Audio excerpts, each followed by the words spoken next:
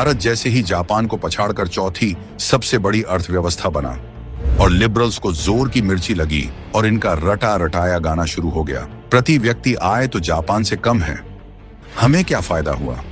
सवाल पूछने का हक सबको है, लेकिन जब सवाल का मकसद बांग्लादेश की फोटो दिखाकर भारत को नीचा दिखाना हो, तब जवाब देना जरूरी हो जाता है।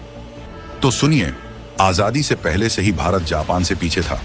1970 में जब जापान अपनी प्रति व्यक्ति आय को और भी तेजी से बढ़ाने में लगा था, तब भारत की तत्कालीन कांग्रेस सरकारें इमरजेंसी लगाने के सपने देख रहे थे।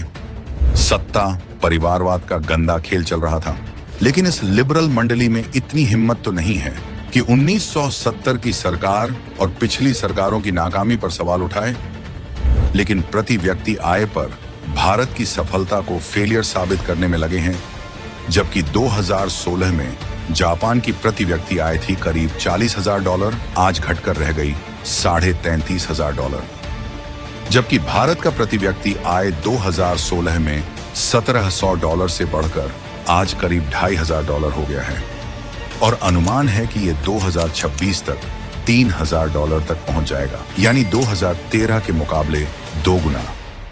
और हाँ, भारत जापान से बहुत चीजों में आगे है, लेकिन जापान का कोई सत्ता विरोधी अपने देश को नीचा दिखाते और ये कहते नहीं मिलेंगे कि उनका देश भारत से किस किस मामलों में पीछे है। भारत किन किन चीजों में किंग?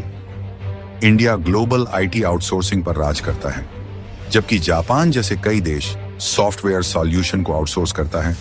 इसे आसान में समझे तो यानी जापान पैसा देकर भारत से सॉफ्टवेयर बनवाता है।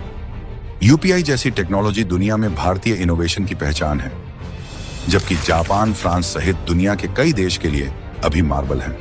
उन्हें आज तक समझ नहीं आया कि इंडिया ने यूपीआई क्रैक कैसे किया। भारत को फार्मेसी ऑफ द वर्ल्ड कहा जाता है, क्योंकि भारत के अंदर किफायती और जेनेरिक दवाइयां सस्ते दामों पर मिलती हैं। जापान आज भी ये चीजें इंपोर्ट करता है। सऊदी जैसा देश भारत से दवाइयां मंगवाता है।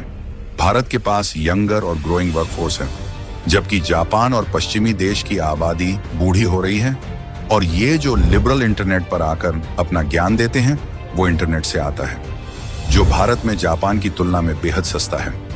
भारत का इसरो अपना मार्स मिशन हॉलीवुड के एक फिल्म के बजट से कम में लॉन्च कर सकता है, जबकि जापान का जैक्सा इतना महंगा है कि जापान भारत के साथ मिलकर चंद्रयान मिशन कर रहा है।